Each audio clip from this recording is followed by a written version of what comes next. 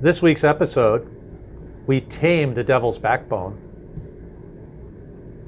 We visit a spooky yacht. And Renaissance fires missiles. Hey everybody, I'm Doug. And I'm Alexis. And this is The Bottom Line. Welcome. Welcome. We love you. We're over in the Bahamas, by the way. And this is Alexis. Let me introduce you. Hi. New Chief Stu, co-host. She's going to be helping us out here. And how's the first 3 weeks been? Yeah. Yeah? Let's jump straight in. First 3 weeks have been yeah. Yes. Okay, so who's the sponsors this week? This week we're sponsored by Marine Data Solutions and Saltee Rags Crew Apparel. Big surprise, these two. They're always there. Okay, Marine Data Solutions. We have 99 problems on board, and we really do. Yeah. But the internet wasn't one. The internet was not one. Actually, the internet helped me out. I'll explain in a minute. And Saltee Rags Crew Apparel, what do? Everything. They do everything. You know, by the way, they're not just uniforms. They do swag, too. Yeah, really good swag. Swag for the charter guests, swag for the crew. Yep. Go in there and say, David, I want a freaking Yeti. Just tell him I said that. Well, he probably won't give it to you. Look how good it is. Yeah, but it's, swag away, swag away.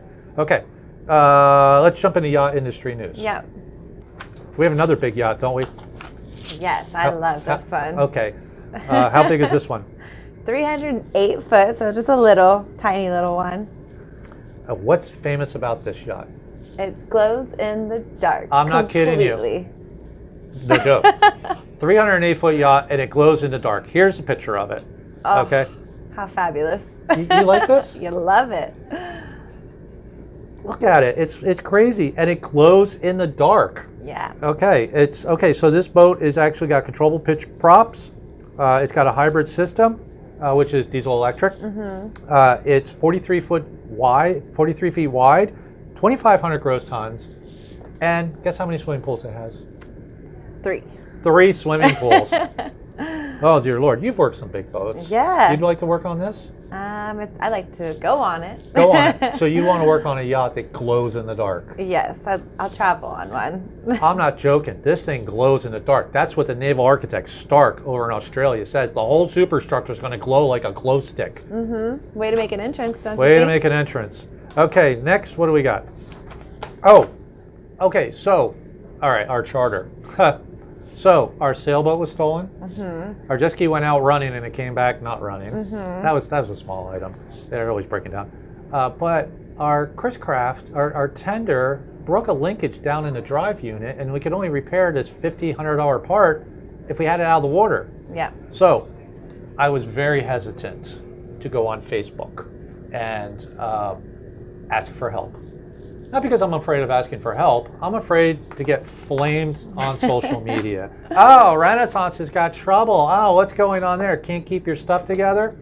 Instead, I'm so happy. I put out an all points request. I need a new tender. I need a rental tender ASAP. Okay, I had one in how long? 2 hours? 2 hours? 2 hours.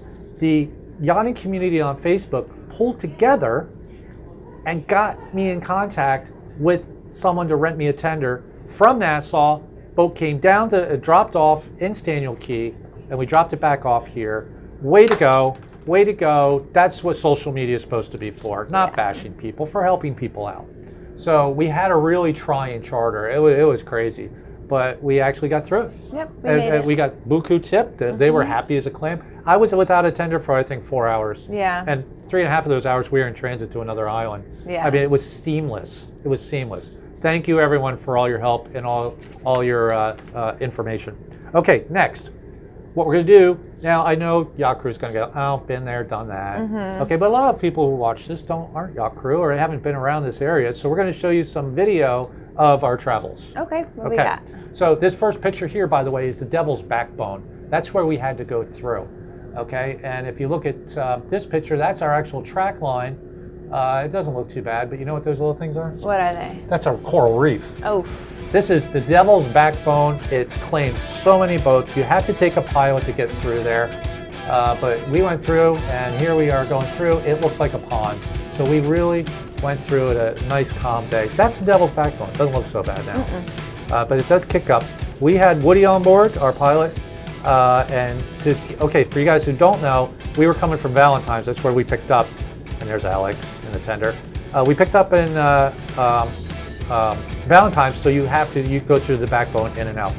That's called gunpoint. All right, we're kind of like around the backbone, and now this is Spanish Wells. How many people are in Spanish Wells?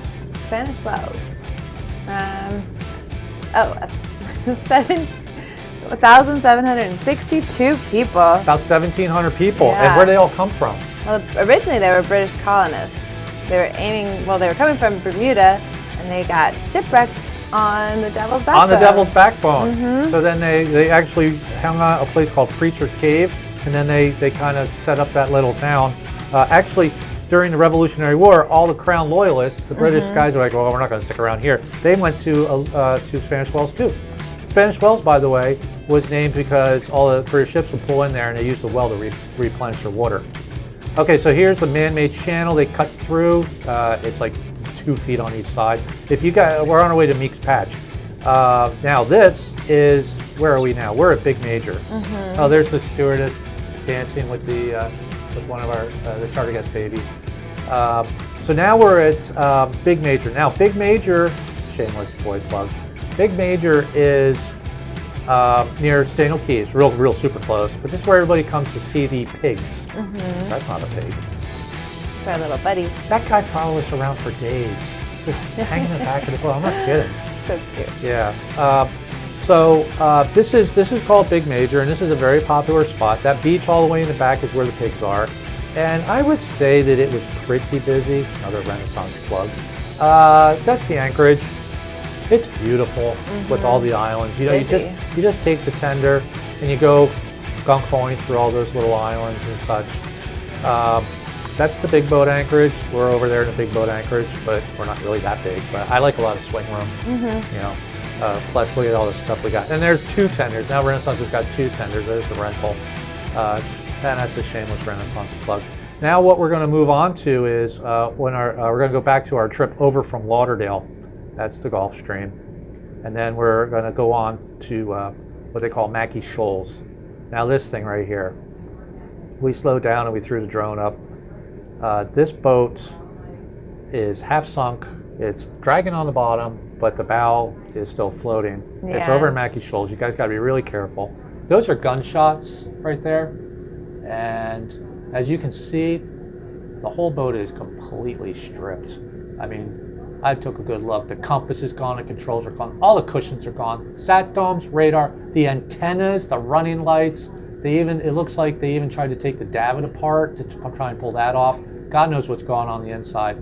It's sitting there with all riddled with bullet holes. It's been out there for about 7 weeks. The anchor's down. It is still moving.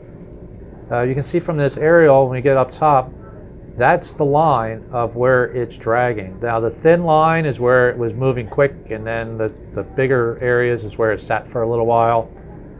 It was a very sobering experience to see this boat out here with all shot up, stripped, very lonely. It made me sad. Yeah. This thing's eventually going to sink. God knows where it's going to sink. The manufacturer, whoever made those watertight doors, though, should use this as an advertisement. I mean, They did a good job. 7 weeks. You could sit on the bow and wait for help. You could sit on the bow for weeks and stay in the master cabin, maybe have dinner on the bow. Jesus, I mean, seriously, get a tan. So that's it. Everybody knows about it. Let's not get into why it's there and what happened. That's not the important thing. The important thing when I saw this is it's just a very sobering situation, a very sobering visual experience to see this yacht out here all by itself. And good to know where it is too. Yeah, and it's very good to know where it is, and you guys need to watch out for it because it's not lit and it does move. It doesn't glow in the dark. This one doesn't glow in the dark. See, if it did, it'd be easier to spot, right? Okay, actually, there's a reason for the glow in the dark. So I picked it up about 4 miles away on radar. Me too. Anyway, okay, so next week we're premiering our film that we did. And Alexis missed it by a week. She'll be on the next one. Instead of doing our charter promo where like, oh, look, jet skis, I'm sitting in a jacuzzi, we went in a completely different direction. Yeah. It'll get the name of the boat out there, but there ain't no way you're going to look at this video and go, hey, Okay, is that where I'm going to be sunning myself? There's missiles, there's all kinds of stuff. So we're going to leave you with a little promo next week. It's going to be out. Please watch it. It's awesome. It was done by the crew. It's done on my phone. It's insane how it came out. It's funny. That's all it is. It's funny. There's no rhyme or reason to it. So we'll see you next week. We love you all. You guys stay safe out there. I'm Doug. Alexis. And that's the bottom line. Bye. I've got the con. Helm, steer 179. 179, aye.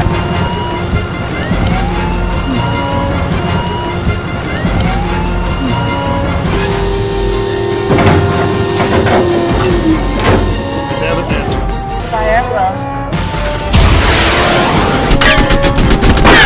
Fire! Fire!